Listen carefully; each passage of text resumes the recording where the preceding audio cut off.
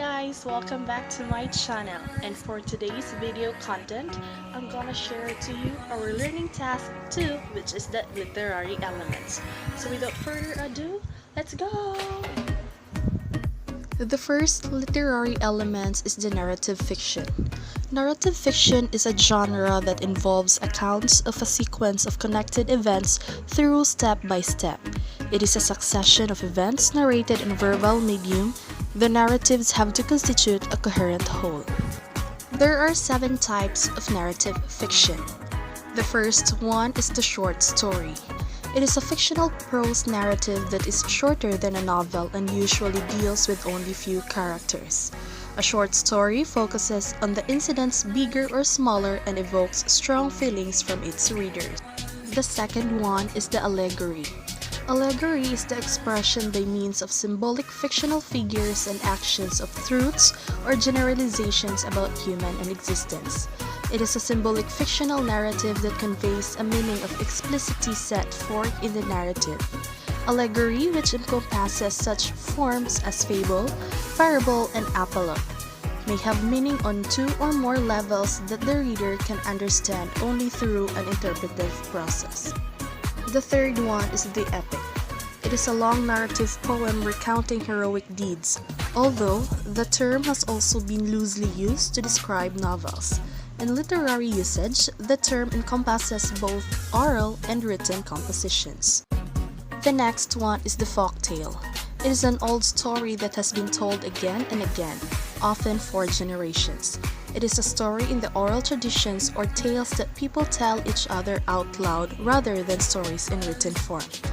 It is a tale or legend originating and traditional among a people or folk, especially one forming part of the oral tradition of the common people, a belief or story passed traditionally, especially one considered to be false or based on superstitions. The next one is the novel. It is an invented prose narrative of considerable length and a certain complexity that deals imaginatively with human experience, usually through a connected sequence of events involving a group of persons in a specific setting. The next one is the romance. In the strictest academic term, a romance is a narrative genre in literature that involves a mysterious, adventurous, or spiritual storyline where the focus is on a quest that involves bravery and strong values, not always a love interest. However, modern definitions of romance also include stories that have relationship issues as the main focus. The last one is the satire.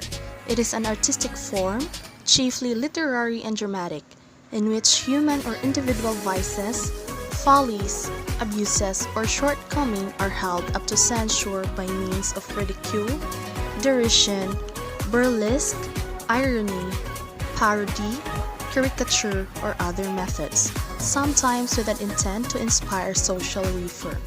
It is a literary work holding up human vices, follies to ridicule or scorn. Another example of literary elements is the essay. It derives from the French word essayer, which means to attempt or to try. An essay is a short form of literary composition based on a single subject matter, and often gives the personal opinion of the author. In simple words, we can define it as a scholarly work in writing that provides the author's personal argument. Next is biography. A biography is the non-fiction written history or account of a person's life. Biographies are intended to give an objective portrayal of a person, written in the third-person point of view. Biographers collect information from the subject if he or she is available, acquaintances of the subject, or in researching other sources such as reference material, experts, records, diaries, interview, or etc. The next one is drama. Drama is a mode of fictional representations through dialogue and performance. It is only one of the literary genre, which is an imitation of some action. Drama is also a type of a play written for theater, television, radio, and film.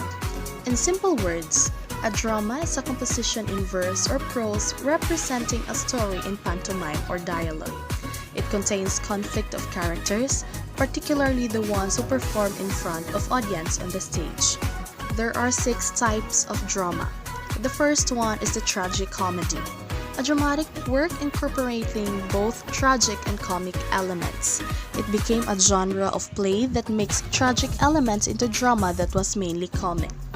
Modern tragic comedy is sometimes used synonymously with absurdist drama, which suggests that laughter is the only response left to man when he is faced with the tragic emptiness and meaninglessness of existence. The next one is the ritual drama. A ritual drama is a dramatic performance employing story, dialogue, and impersonation, with a plot taken from the myth of the god in whose honor it is enacted. They are performed in public as part of the liturgy of a festival honoring the particular deity. Originally performed at a sanctuary sacred to that deity or a site endowed with divine importance by the enacted story, they are later carried to other sites. The third one is the modern tragedy. It refers to the tragedies that were written and performed from the 20th century. This tragedy redefines the genre with ordinary protagonists, multiple plots, and realistic timelines and settings. The characters of modern tragedy are mainly from the middle class. It is mainly centered around common and ordinary people and their problem, making it more realistic. The next one is the history plays. It is also known as a chronicle play. It is a dramatic work where the events of the plot are either partially or entirely drawn from history. It is also considered a theoretical genre. William Shakespeare wrote 10 of these plays, each loosely based on an English monarch and the period in which he reigned. The next one is comedy.